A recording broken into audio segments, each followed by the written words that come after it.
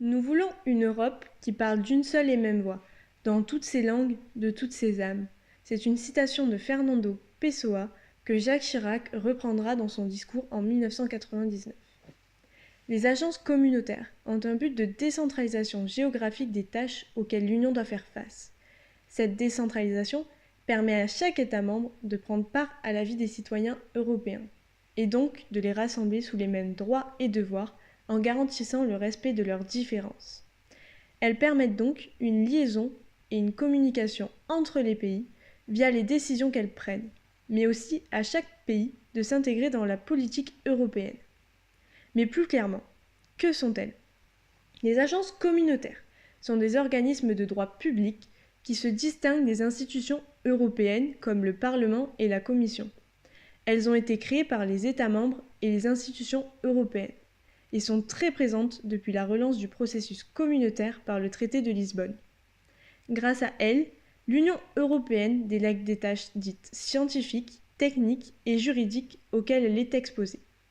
En exemple, il existe des agences communautaires qui s'occupent du développement de la formation professionnelle, qui assurent la sécurité aérienne et maritime, ou encore l'harmonisation des marchés intérieurs. On en compte à ce jour une quarantaine qui vont aider l'Union dans l'élaboration des politiques et des législations au niveau national ou européen. Chaque État membre doit avoir au moins un représentant dans le conseil d'administration des agences. Elles ont chacune un président dont la durée du mandat varie entre 3 et 5 ans. Il est donc pertinent de s'intéresser à comment s'organisent les actions des agences communautaires européennes et quels sont leurs effets sur le quotidien des citoyens. C'est à travers la place des agences communautaires au sein de l'Union européenne, avec la délégation des pouvoirs de la Commission et la mise en avant de son rôle triple, qu'apparaîtront les agences européennes actrices du bien-être des citoyens. Ce qui nous permettra de parler du rapprochement entre l'Union européenne et sa population, mais aussi de leur influence sur les 500 millions de citoyens européens. Les agences communautaires sont considérées comme des organes délégués. La Commission veut relancer la réflexion interinstitutionnelle sur le sujet des agences de l'Union européenne, dites également agences communautaires qui se contentent d'un rôle de mise en œuvre, même si certaines agences peuvent également jouer un rôle dans la formulation de politiques. En 2001, Jeremy Richardson applique le modèle de Kingdon, consiste à comprendre pourquoi certains sujets deviennent des priorités politiques et d'autres non. Il l'applique à l'Union européenne. Il va alors conceptualiser le processus de l'Union européenne en 4 étapes. La première, la définition de l'agenda. La seconde, la formulation de la politique.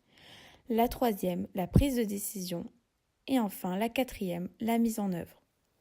Comme dit précédemment, les agences communautaires au sein de l'Union européenne ont un rôle de mise en œuvre pour la plupart, mais certaines influencent l'étape de la formulation des politiques. C'est le cas par exemple de l'Agence européenne pour l'environnement. Les agences ont d'autres champs d'action, tels que l'adoption de décisions individuelles produisant des effets juridiques contraignants à l'égard des tiers. Elles peuvent également fournir une assistance directe à la Commission et aux États membres sous forme d'avis techniques ou de rapports d'inspection. Elles peuvent également effectuer des activités opérationnelles et elles peuvent collecter, analyser, transmettre en réseau une information fiable et facilement accessible. Selon la Commission, les agences sont faites pour mieux légiférer. Pour cela, elles interviennent dans plusieurs domaines. Il convient de préciser la nature de ces interventions et leur rôle. Les agences communautaires ont 3 rôles qui se distinguent. Tout d'abord, les agences communautaires ont pour rôle d'assister la Commission. La Commission doit de plus en plus intervenir sur des sujets de plus en plus complexes et doit proposer des lois adaptées. Pour l'aider, les agences ont pour rôle de rassembler et de diffuser les informations relatives au domaine d'expertise analysé. Les agences offrent un avis d'experts qui est indépendant de tout intérêt politique. De ce fait, de nombreuses agences sont des agences d'expertise uniquement qui visent à servir les intérêts de la Commission. Au-delà du rôle consultatif, Les agences ont pour mission de promouvoir et de diffuser les informations à un public plus large. Les agences, pour cela, peuvent organiser des colloques. Vient ensuite le rôle exécutif des agences communautaires. Certaines agences ont un rôle de mise en œuvre de programmes communautaires. Celles-là nécessitent de certaines compétences.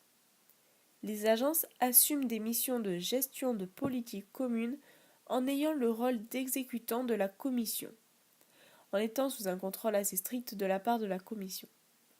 Les agences possèdent un pouvoir de décision propre, un pouvoir d'édicter des actes juridiques contraignants à l'égard des tiers.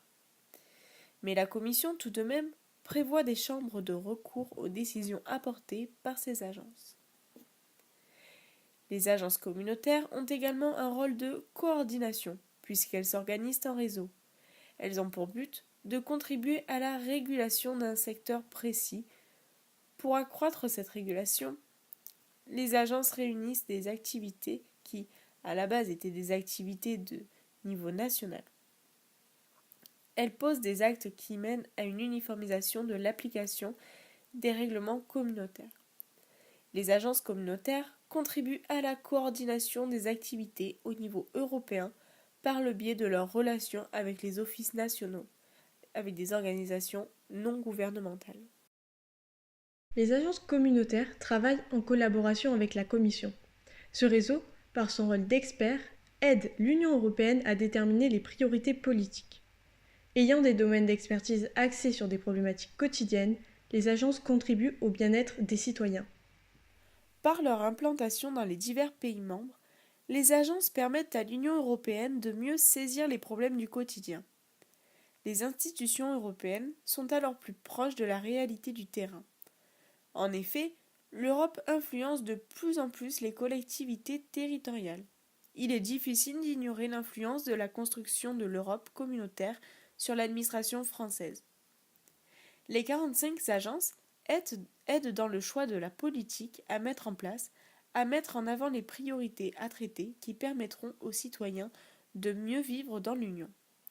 Elles ont comme optique de fournir des données et d'exprimer leur point de vue sur des sujets très divers, mais en relation avec la vie quotidienne, comme les transports, la santé, la sécurité et même l'alimentation. Ces agences communautaires assurent donc le lien entre les citoyens et les dirigeants européens. Des études présentées au cours du EU Agency Forum soulignent la contribution nécessaire des agences au profit des citoyens. Le rapport coût-avantage apparaît comme très positif.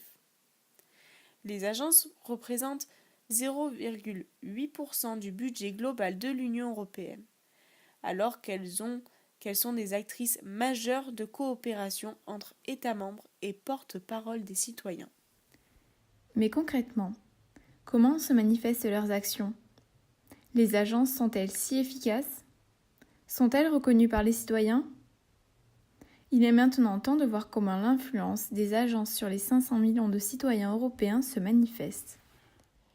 Les agences communautaires agissent dans l'ombre pour améliorer et sécuriser le quotidien de la population européenne, d'après le site de l'Office de l'Union européenne pour la propriété intellectuelle.